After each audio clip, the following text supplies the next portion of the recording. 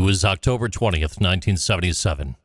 A twin-engine Convair CV-240 lifted off from Greenville, South Carolina, headed for Baton Rouge, Louisiana. On board were 26 people, including one of the biggest names in Southern rock, Lynyrd Skynyrd. The band was traveling for a concert. Their new album, Street Survivors. It just was released 3 days prior.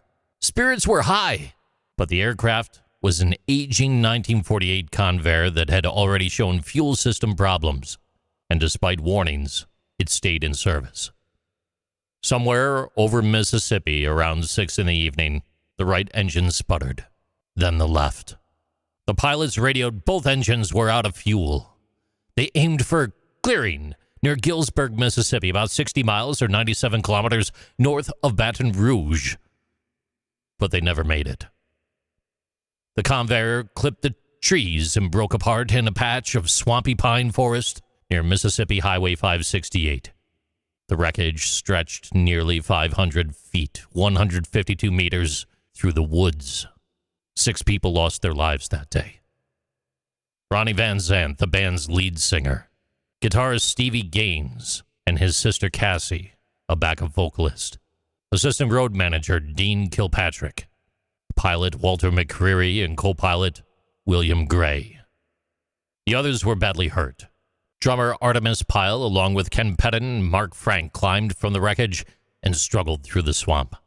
They crawled nearly 400 yards, 366 meters, before reaching the home of Johnny Mote, who first mistook them for trespassers. Once he understood what happened, he called for help, guiding rescuers directly to the crash site. That night changed music. Lynyrd Skynyrd had captured the sound of the South. Gritty guitars, gospel harmony, lyrics about pride and survival. Their anthem, Freebird, recorded in 1973, already sounded like goodbye.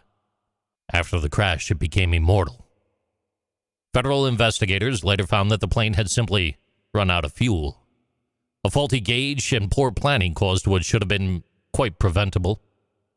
In the aftermath, major record labels began tightening flight rules, pushing bands towards newer aircraft or commercial flights. No concert, they decided, was worth a shortcut. 10 years later, the surviving members reunited, led by Ronnie's younger brother, Johnny Van Zant. The band returned to the stage not to rewrite history, but to carry it forward. In 2006, Lynyrd Skynyrd was inducted into the Rock and Roll Hall of Fame.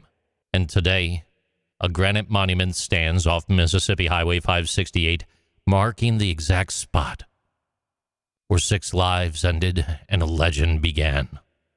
Fans still travel there. Some leave guitar picks, others handwritten notes.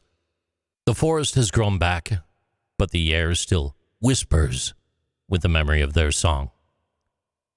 The crash near Gillsburg wasn't only a tragedy. It was a reminder behind every chorus, behind every encore. Somebody has to make it home. These are Interesting Things with JC.